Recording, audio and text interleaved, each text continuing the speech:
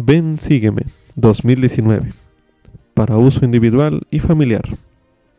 Capítulo 3. Lección del 14 al 20 de enero de 2019. Se titula Lucas 2, Mateo 2. Venimos a adorarle. Comience leyendo Lucas capítulo 2 y Mateo capítulo 2 y preste atención a las impresiones espirituales que reciba. Las ideas de estudio de esta reseña le ayudarán a reconocer algunos de los principios más importantes y relevantes de estos capítulos. Desde el día de su nacimiento, era evidente que Jesús no era un niño común y corriente. La nueva estrella en los cielos y la gozosa proclamación angelical no fueron las únicas cosas que hicieron que su niñez fuese única. Fue también el hecho de que personas fieles de diversas naciones, profesiones y antecedentes se sintieran inmediatamente atraídas hacia él. Aún antes de que él expresara su invitación, ven, sígueme, ellos vinieron. Se lee en Lucas capítulo 18, versículo 22. Y Jesús al oír esto le dijo, aún te falta una cosa, vende todo lo que tienes y dalo a los pobres, y tendrás tesoro en el cielo, y ven, sígueme. No todas las personas vinieron desde luego. Hubo muchos que no le prestaron atención y hasta un rey celoso atentó contra su vida. Mas los humildes, puros y devotos que buscaban la rectitud, hallaron en él lo que estaban buscando. Su devoción inspira la nuestra porque las nuevas de gran gozo, anunciadas a los pastores, eran para todo el pueblo. Y el Salvador, que es Cristo el Señor, nació ese día para todos nosotros. Leemos en Lucas 2, versículos 10 y 11. Pero el ángel les dijo, no temáis, porque he aquí, os doy nuevas de gran gozo, que serán para todo el pueblo. Que os ha nacido hoy en la ciudad de David un Salvador, que es Cristo el Señor. Como subtítulo, Jesucristo nació en humildes circunstancias. Aunque Jesucristo moraba en gloria con Dios el Padre antes de que el mundo fuese, como se lee en Juan 17:5, ahora pues, Padre, glorifícame tú en tu presencia con aquella gloria que tuve contigo antes que el mundo fuese. Él estuvo dispuesto a nacer en humildes circunstancias y a vivir entre nosotros en la tierra. Al leer Lucas 2 del 1 al 7, preguntémonos, ¿qué nota en cuanto a las circunstancias tan humildes de su nacimiento? Vamos a leer Lucas 2, versículos del 1 al 7. Y aconteció en aquellos días que salió un edicto de parte de Augusto César, que toda la tierra fuese empadronada. Este primer empadronamiento se hizo siendo Cirenio gobernador de Siria. E iban todos para ser empadronados cada uno a su ciudad. Entonces subió José de Galilea, de la ciudad de Nazaret, a Judea, a la ciudad de David, que se llama Belén, por cuanto era de la casa y familia de David, para ser empadronado con María, su mujer, desposada con él, la que estaba encinta. Y aconteció que, estando ellos allí, se cumplieron los días en que ella había de dar a luz. Y dio a luz a su hijo primogénito, y lo envolvió en pañales y lo acostó en un pesebre, porque no había lugar para ellos en el mesón. Repito la pregunta. ¿Qué nota en cuanto a las circunstancias tan humildes de su nacimiento? Trate de precisar algún detalle en este relato o alguna reflexión que no haya notado previamente. Las circunstancias de su nacimiento, ¿qué le permiten aprender acerca del Salvador a usted? ¿Cómo influye este conocimiento en lo que siente por el Salvador? Como título, hay muchos testigos del nacimiento de Cristo. El nacimiento y la infancia de Cristo estuvo marcada por testigos y adoradores de todos los ámbitos sociales, pastores humildes que lo visitaron en el establo, personas sabias y adineradas que le llevaron presentes a su casa, una mujer viuda que servía en el templo y un discípulo fiel que ansiosamente esperaba la llegada del Mesías. Al escudriñar sus relatos, ¿qué aprende acerca de las maneras en que se puede adorar a Cristo y ser testigo de Él? Ahora veremos qué podemos aprender de cada uno de los testigos de Cristo. ¿Qué aprendo sobre cómo adorar y testificar? Acerca de los pastores podemos aprenderlo en Lucas capítulo 2 del 8 al 20, que dice: Y había pastores en la misma región que velaban y guardaban las vigilias de la noche sobre sus rebaños. Y aquí se les presentó un ángel del Señor, y la gloria del Señor los rodeó de resplandor, y tuvieron gran temor. Pero el ángel les dijo: No temáis, porque he aquí os doy nuevas de gran gozo, que serán para todo el pueblo, que os ha nacido hoy en la ciudad de David un Salvador, que es Cristo el Señor. Y esto os servirá de señal: hallaréis al niño envuelto en pañales, acostado en un pesebre. Y repentinamente apareció con el ángel una multitud de las huestes celestiales, que alababan a Dios y decían: Gloria a Dios en las alturas, y en la tierra paz, buena voluntad para con los hombres. Y aconteció que cuando los ángeles se fueron de ellos al cielo, los pastores se dijeron los unos a los otros: Pasemos pues hasta Belén, y veamos esto que ha sucedido y que el Señor nos ha manifestado. Y vinieron deprisa y hallaron a María y a José, y al niño acostado en el pesebre. Y al verlo dieron a conocer lo que se les había dicho acerca del niño. Y todos los que oyeron se maravillaron de lo que los pastores les decían. Pero María guardaba todas estas cosas, meditándolas en su corazón. Y los pastores se volvieron, glorificando y alabando a Dios por todas las cosas que habían oído y visto, como se les había dicho. Acerca de Simeón podemos leer en Lucas 2, de los versículos 25 al 35, lo siguiente: Y he aquí, había un hombre en Jerusalén llamado Simeón, y este hombre justo y piadoso esperaba la consolación de Israel, y el Espíritu Santo estaba sobre él. Y había recibido revelación del Espíritu Santo de que no vería la muerte hasta que viese al Cristo del Señor. Y movido por el Espíritu vino al templo. Y cuando los padres llevaron al niño Jesús al templo para hacer por él conforme a la costumbre de la ley, entonces él lo tomó en sus brazos y bendijo a Dios y dijo: Ahora, Señor, despides a tu siervo en paz, conforme a tu palabra, porque han visto mis ojos tu salvación, la cual has preparado en presencia de todos los pueblos, luz para revelación a los gentiles y gloria de tu pueblo Israel. Y José y su madre estaban maravillados de las cosas que se decían de él. Y los bendijo Simeón, y dijo a su madre María: He aquí, este niño ha sido puesto para caída y para levantamiento de muchos en Israel, y para señal que será contradicha. Y una espada traspasará tu alma misma, para que sean revelados los pensamientos de muchos corazones. Acerca de Ana, en el libro de Lucas 2, versículos 36 al 38, leemos: Estaba también allí Ana, profetisa, hija de Fanuel, de la tribu de Aser, de edad ya muy avanzada, y había vivido con su marido 7 años desde su virginidad, y era viuda, hacía 84 años, y no se apartaba del templo, sirviendo de noche y de día con ayunos y oraciones. Y ésta, llegando en la misma hora, daba gracias al Señor, y hablaba del niño a todos los que esperaban la redención en Jerusalén. Aprendemos acerca de los sabios o magos, acerca de su fe, en Mateo 2, del versículo del 1 al 12, lo siguiente: Y cuando Jesús nació en Belén de Judea, en los días del rey Herodes, he aquí, unos magos vinieron del oriente a Jerusalén, diciendo: ¿Dónde está el rey de los judíos que ha nacido? Porque su estrella hemos visto en el oriente, y venimos a adorarle. Y al oír esto, el rey Herodes se turbó, y toda Jerusalén con él. Y habiendo convocado a todos los principales sacerdotes y los escribas del pueblo, les preguntó dónde había de nacer el Cristo. Y ellos le dijeron: en Belén de Judea, porque así está escrito por el profeta. Y tú, Belén de tierra de Judá, ¿no eres la más pequeña entre los príncipes de Judá? Porque de ti saldrá un guiador, que apacentará a mi pueblo Israel. Entonces Herodes, llamando en secreto a los magos, indagó de ellos diligentemente el tiempo en que había aparecido la estrella, y enviándolos a Belén dijo: Id allá y preguntad con diligencia acerca del niño, y cuando le halléis, hacedmelo saber, para que yo también vaya y le adore. Y ellos, habiendo oído al rey, se fueron, y aquí, la estrella que habían visto en el oriente iba delante de ellos, hasta que, llegando, se detuvo sobre donde estaba el niño, y cuando vieron la estrella se regocijaron con gran gozo. Y cuando entraron en la casa, vieron al niño con su madre María, y postrándose le adoraron, y abriendo sus tesoros le ofrecieron presentes, oro e incienso y mirra. Pero avisados por revelación en sueños de que no volviesen a Herodes, regresaron a su tierra por otro camino. Leemos también en 1 Nefi 11 del 13 al 23 lo siguiente.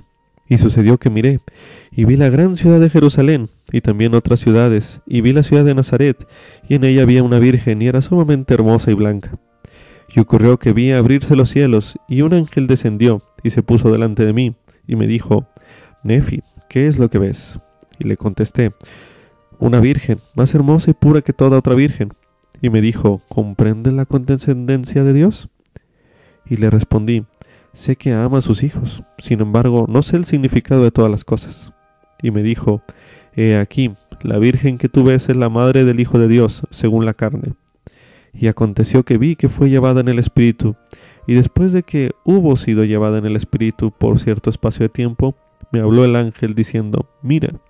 Y miré, y vi de nuevo a la Virgen llevando a un niño en sus brazos. Y el ángel me dijo, he aquí, el Cordero de Dios, sí, el Hijo del Padre Eterno. ¿Comprendes el significado del árbol que tu padre vio? Y le contesté diciendo, sí, es el amor de Dios que se derrama ampliamente en el corazón de los hijos de los hombres. Por lo tanto, es más deseable que todas las cosas. Y él me habló diciendo, sí, y el de mayor gozo para el alma. Leemos en 3 Nefi 1, del 5 al 21, lo siguiente. Pero hubo algunos que empezaron a decir que ya había pasado el tiempo para que se cumplieran las palabras que habló Samuel el amanita. Y empezaron a reírse de sus hermanos diciendo, he aquí, ya se pasó el tiempo y no se han cumplido las palabras de Samuel, de modo que han sido en vano vuestro gozo y vuestra fe concerniente a esto. Y aconteció que hicieron un gran alboroto en toda la tierra, y las personas que creían empezaron a pesadumbrarse en gran manera, no fuese que de algún modo no llegaran a verificarse aquellas cosas que se habían declarado.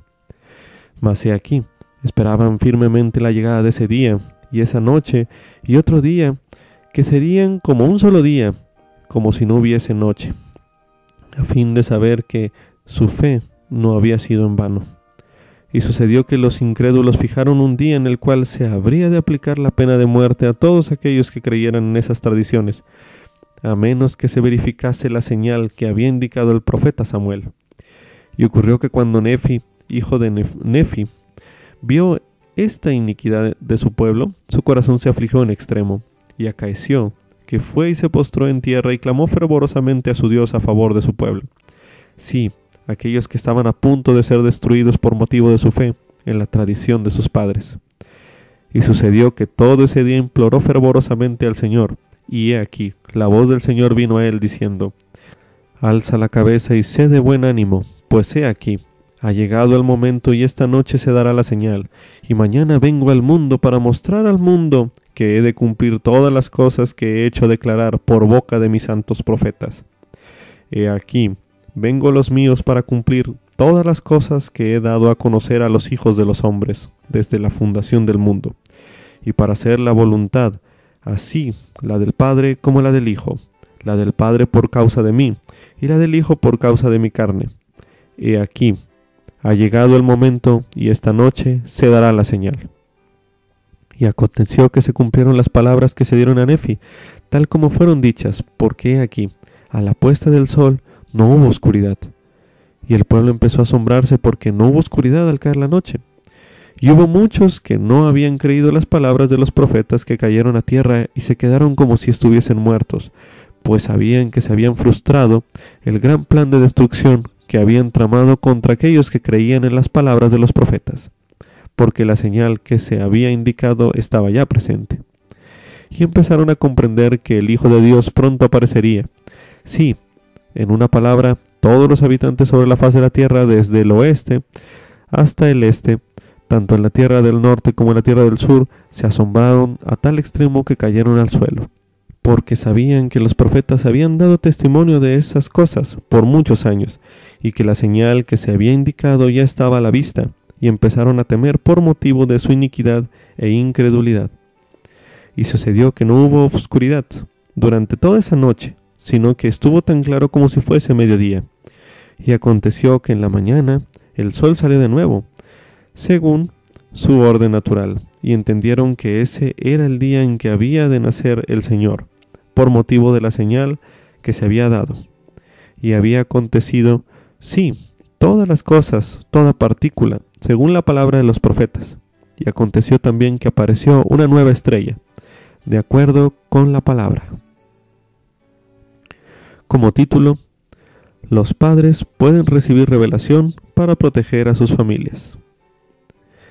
José jamás hubiera podido hacer lo que se le pidió, proteger a Jesús durante su infancia, sin ayuda de los cielos. Al igual que los sabios, él recibió una revelación que le advirtió del peligro. Mientras lee acerca de la experiencia de José, piense en los peligros físicos y espirituales que afrontan las familias en la actualidad. Medite sobre las experiencias en que usted sintió la guía de Dios para protegerse a sí mismo, a su familia y a sus seres queridos. Considere la posibilidad de compartir esas experiencias con otras personas. ¿Qué puede hacer para recibir esta guía en el futuro? Medite un momento. Como título, ya desde jovencito Jesús estaba centrado en cumplir con la voluntad de su Padre. Siendo muy joven, el Salvador enseñó el Evangelio con tanto poder que incluso los maestros en el templo se asombraban de su entendimiento y de sus respuestas. Leemos en Lucas 2, el versículo 47, y todos los que le oían se asombraban de su entendimiento y de sus respuestas. ¿Qué podemos aprender en estos versículos sobre el Salvador cuando era un jovencito? ¿De qué forma están tratando los jóvenes que conoce de estar en los asuntos de su Padre? Leemos en Lucas 2, el versículo 49. Entonces él les dijo: ¿por qué me buscáis? ¿No sabéis que en los asuntos de mi Padre me es necesario estar? ¿De qué modo le han ayudado los jóvenes y los niños a obtener una comprensión más profunda del Evangelio a usted? ¿Qué más aprende del ejemplo de la infancia de Jesús? Leeremos Lucas 2, los versículos del 40 al 52. Dice así: y el niño crecía y se fortalecía, y se llenaba de sabiduría, y la gracia de Dios estaba sobre él. E iban sus padres todos los años a Jerusalén en la fiesta de la Pascua. Y cuando tuvo 12 años, subieron ellos a Jerusalén conforme a la costumbre de la fiesta. Y cumplidos los días, al volver ellos, se quedó el niño Jesús en Jerusalén, sin saberlo José y su madre. Y pensando que estaba entre los del grupo, anduvieron camino de un día, y le buscaban entre los parientes y entre los conocidos. Pero como no le hallaron, volvieron a Jerusalén buscándole.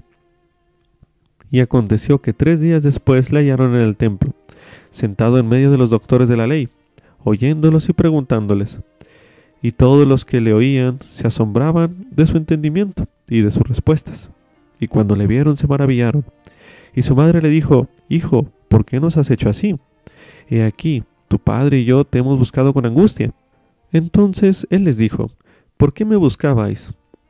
¿No sabíais que en los asuntos de mi padre es necesario estar? Pero ellos no entendieron las palabras que les habló. Y descendió con ellos, y vino a Nazaret, y estaba sujeto a ellos. Y su madre guardaba todas estas cosas en su corazón. Y Jesús crecía en sabiduría y en estatura, y en gracia para con Dios y los hombres. Leemos en la traducción de José Smith Mateo, el capítulo 3, los versículos del 24 al 26, lo siguiente. Y aconteció que Jesús creció con sus hermanos, y se fortaleció, y esperó en el Señor a que llegara el tiempo de su ministerio, y servía bajo su padre, y no hablaba como los demás hombres, ni se le podía enseñar, pues no necesitaba que hombre alguno le enseñara. Y pasados muchos años se acercó la hora de su ministerio.